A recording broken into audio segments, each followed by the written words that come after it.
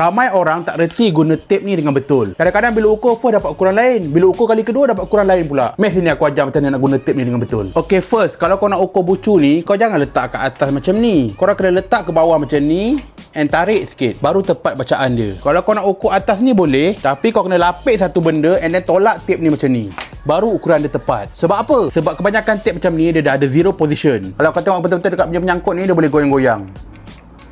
Goyang-goyang tu bersebab tau, supaya bila kau ukur dalam dengan luar still sama ukuran dia tepat.